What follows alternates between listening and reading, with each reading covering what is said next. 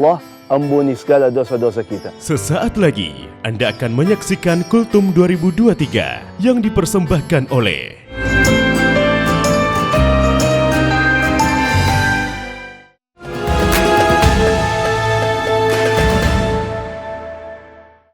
apa tata nggak sopan tata apa papa Bay,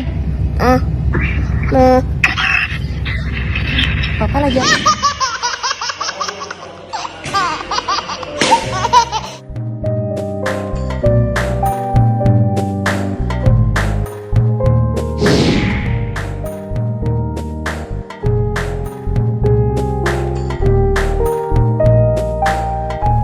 Bismillahirrahmanirrahim. Assalamualaikum warahmatullahi wabarakatuh. Waalaikumsalam. Alhamdulillah. Wassalatu wassalamu ala habibina rasulillah wa ala alihi wa sahbihi wa man wala amma ba'du. Para pemirsa yang dirahmati Allah subhanahu wa ta'ala, Allah ta'ala menitipkan kita beragam nikmat di dalam kehidupan kita, lahir maupun batin. Nikmat-nikmat ini semuanya kelak akan dipertanggungjawabkan di sisi Allah subhanahu wa ta'ala. Karena itu nikmat ini juga disebut dengan amanah. Karena dia sesuatu yang harus dijaga dengan baik, lalu ditunaikan seluruh hak-hak dan kewajibannya, untuk kemudian kelak akan dipertanggungjawabkan di sisi Allah subhanahu wa ta'ala. Di dalam Al-Quran, para pemirsa yang dirahmati Allah, ada cukup banyak ayat yang menceritakan tentang struggle atau perjuangan manusia untuk mendapatkan keturunan. Ada Nabi Zakaria yang berdoa kepada Allah supaya diberikan keturunan. Bahkan ketika usia istri beliau sudah lanjut, Allah kasih Nabi Yahya. Sayyidina Ibrahim alaihissalam, Rabbi habli minas salihin. Ya Allah, karuniakan aku seorang keturunan yang termasuk nanti menjadi orang soleh, orang baik. Dan ada juga di dalam Al-A'raf, Allah subhanahu wa ta'ala menceritakan tentang pasangan. Dan mungkin ini adalah kita juga. Ini mencerminkan realitas kita hari ini. Pasangan itu ketika dia sudah menikah, lalu bercita-cita membangun rumah tangga yang sakinah, lalu kemudian suami bergaul dengan istrinya, lalu kemudian hamil, lalu kemudian taghasyaha hamalat hamlan khafifa famarrat bih falamma athqalat da'awallah rabbahuma lain ataitana salihah lanakunanna minasyakirin. Keduanya berdoa kepada Allah, ya Allah, kami ini pengen anak yang soleh, pengen anak yang baik. Dan kalau Engkau berikan kami sesuai dengan doa kami, ya Allah, kami akan menjadi orang yang sangat bersyukur. Setelah Allah subhanahu wa ta'ala mengkaruniakan apa yang mereka minta, ternyata pasangan ini tidak mampu menjaga amanah itu dengan baik. Dia tidak mampu memelihara sang anak tetap dalam fitrahnya. Dia tidak mampu menanamkan nilai hidayah, nilai iman. Dia tidak mampu menanamkan tauhid dalam diri anaknya. Yang dia berikan adalah hal-hal yang sifatnya hanya duniawi semata. Para pemirsa yang dirahmati Allah, bahwa jangan hanya pandai meminta sesuatu, tetapi pastikan kita mampu mengelola amanah itu dengan baik. Masya Allah. Pemirsa yang dirahmati oleh Allah SWT, bismillah, alhamdulillah, wassalatu wassalamu ala rasulillah, wa ba'd. Kita sudah mendengarkan pencerahan yang luar biasa dari Tuan Guru Bajang tentang anak sebagai amanah. Dan Al-Quran memiliki perhatian yang sangat besar tentang pendidikan generasi. Porsi yang sangat besar ada di surat Luqman, menuntun kepada kita bagaimana kita mendidik anak. Jadi Allah Subhanahu wa ta'ala Maha Rahman, Maha Rahim. Allah mengaruniakan kepada manusia berbagai macam nikmat, termasuk nikmat anak. Dan itu sebagai amanah yang akan dipertanggungjawabkan. Tidak hanya itu, rahmatnya Allah, Allah pun kasih guide-nya, kasih caranya. Ini loh cara kamu kalau pengen punya anak yang soleh, cara didiknya seperti ini. Di dalam Al-Quran lengkap sekali. termasuk dijelaskan oleh baginda Rasulullah Shallallahu Alaihi Wasallam, masya Allah. Bahkan sampai ada petunjuk dari Al-Quran, bahkan sebelum orang itu punya anak dijelaskan di dalam Al-Quran. Ada cerita tentang ibunya Maryam, ya, Imratu Imran, itu memberikan isyarat kepada kita, bahkan calon-calon orang tua itu sudah harus punya misi yang jelas tentang cara mendidik anak. Yang tadi kata Tuan Guru Bajang, jangan cuma pandai meminta, tapi kemudian nanti nggak tahu ngapa-ngapain. Tapi sebelum menjadi orang tua, harus punya visi yang jelas. Anak ini mau diapakan? Coba kita lihat. Itu qalat imratu Imrana, Rabbi inni nadartu laka ma fi batni muharrara fataqabbal minni.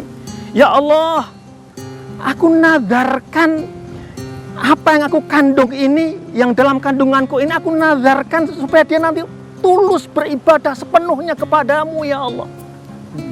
Coba pemirsa, kita sebagai orang tua, mungkin kita bisa introspeksi pada diri kita masing-masing. Apakah di antara kita ketika yang suami istrinya mengandung itu sudah punya semacam anak ini pengen beribadah kepada Allah Subhanahu wa taala. Dan kalau sejak awal itu udah niatnya itu lurus, Allah membantu. Ya, Allah membantu dan kita bisa melihat kisahnya ketika yang lahir. Memang yang diharapkan itu adalah anak laki-laki, ya kan? Karena zaman dulu itu memang yang beribadah di masjid itu memang laki-laki biasanya yang tinggal di masjid. Tapi kemudian ternyata yang lahir perempuan. Tapi Dan kita perempuan bisa terbaik. Dan perempuan terbaik. Karena dari niat yang tulus dari ibunya tadi itu, karena Allah Subhanahu wa taala. Maka di antara yang paling penting adalah sebelum mendidik anak memang mendidik kita dulu sebagai orang tua. Orang tua diri kita, ya. Apa itu hati kita, jiwa kita didik dulu bersama-sama, karena itu nanti akan jadi gen untuk anak kita. Gen tidak hanya gen biologis, tapi kalau dalam pandangan ulama termasuk gen ruhiyah itu sangat penting sekali. Semoga kita dibimbing oleh Allah Subhanahu wa taala. Amin ya rabbal alamin. Masya Allah, tabarakallah.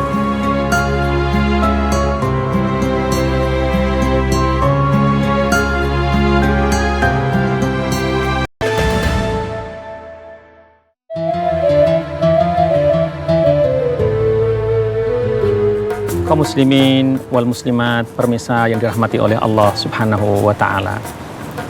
Sebelum mendidik anak, kalau kita melihat sejarah orang-orang yang soleh, pendahulu kita, as-solihin was-solihat, mereka begitu punya perhatian yang besar pada mendidik diri sendiri. Kalau kita baca sejarah mereka, yang mereka fahami bahwa kualitas ruhiyah orang tua itu sangat penting untuk anak-anak seterusnya. Kita bisa melihat misalnya seorang sahabat Nabi yang luar biasa, orang yang pertama kali membaca Al-Quran terang-terangan di Makkah Al-Mukarramah, yaitu Sayyidina Abdullah bin Mas'ud radhiyallahu anhu, gurunya para tabi'in di Kufah. Ya. Sahabat Nabi ini sedikit-sedikit sholat.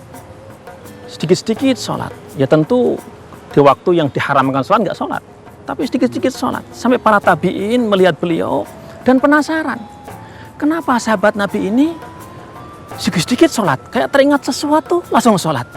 Teringat sesuatu langsung sholat. Seorang murid Ibnu Mas'ud kemudian bertanya, wahai sahabat Nabi, aku melihat engkau sedikit-sedikit sholat.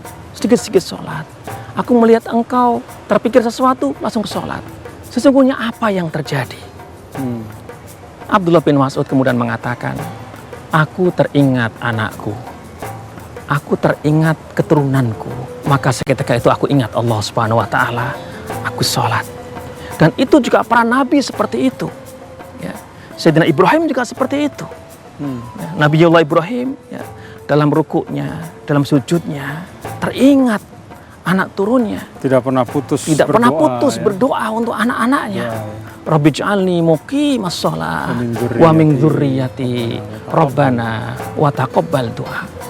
Tuan Guru, di era modern ini kira-kira bagaimana mengaplikasikan atau bagaimana semestinya kita sebagai orang tua atau calon orang tua ini, Tuan Guru? Ya, Memang ada ungkapan di pesantren itu kan faqidu syai' la yu'tihi. Yang tidak punya tidak mungkin bisa memberi. Jadi bagaimana mungkin kita berharap mendapatkan keturunan yang saleh ya, kalau kita sendiri tidak mengerti tentang kesolehan itu. Bagaimana mungkin kita mengharapkan doa kita terkabul ya, sebagaimana yang mungkin sering kita doakan ya dalam banyak hal ya, termasuk juga masalah anak. Anak itu kalau doa kita selalu soleh dan soleha. Tapi pada saat yang sama kita melakukan hal-hal yang bertentangan dengan doa kita. Kan para ulama menyampaikan, para pemirsa yang dirahmati Allah, bahwa musuh paling utama dari satu doa adalah perbuatan yang bertentangan dengan doa itu sendiri. Jadi kalau kita berdoa kepada Allah diberikan keturunan yang saleh, tetapi pada saat yang sama kita melakukan hal-hal yang menyebabkan kesolehan itu menjadi hanya fata morgana saja. Misalnya sebagai orang tua kita mencari rezeki ya, tapi dengan jalan yang tidak diridhoi Allah. Dulu seorang Sa'ad ibn Abi Waqqas ya, Kang Abik, para pemirsa, pernah datang kepada Nabi dan kemudian bertanya kepada Rasul, kok rasanya doa-doa saya ini ya Rasulullah agak-agak apa itu angel, apa susah kok, kayaknya nggak diijabah oleh Allah gitu. Lalu Sayyidina Sa'ad mengatakan, atib ta'matak tustajab da'watu.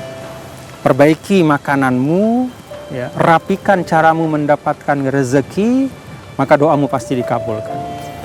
Kita harus ingat bahwa apa yang kita bawa ke rumah, para pemirsa, untuk anak istri kita, itu juga akan mempengaruhi ruhaniyah mereka. Kalau kita biasakan untuk mereka mengkonsumsi yang halal dan thayyibah, maka itu akan menjadi salah satu alat yang membantu.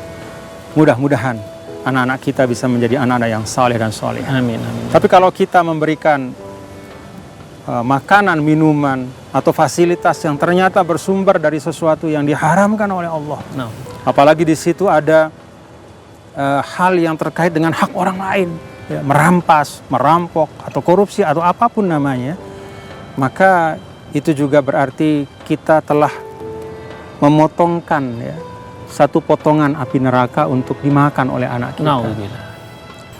Kalau kita sungguh-sungguh berusaha untuk menghidupkan tuntunan-tuntunan yang baik, yang sebenarnya sederhana, ya, yang sebenarnya sangat praktis, maka insya Allah kita akan bisa melihat generasi yang zuriyatun thayyibah. Amin, amin. Generasi yang baik. Wallahu a'lam bishawab.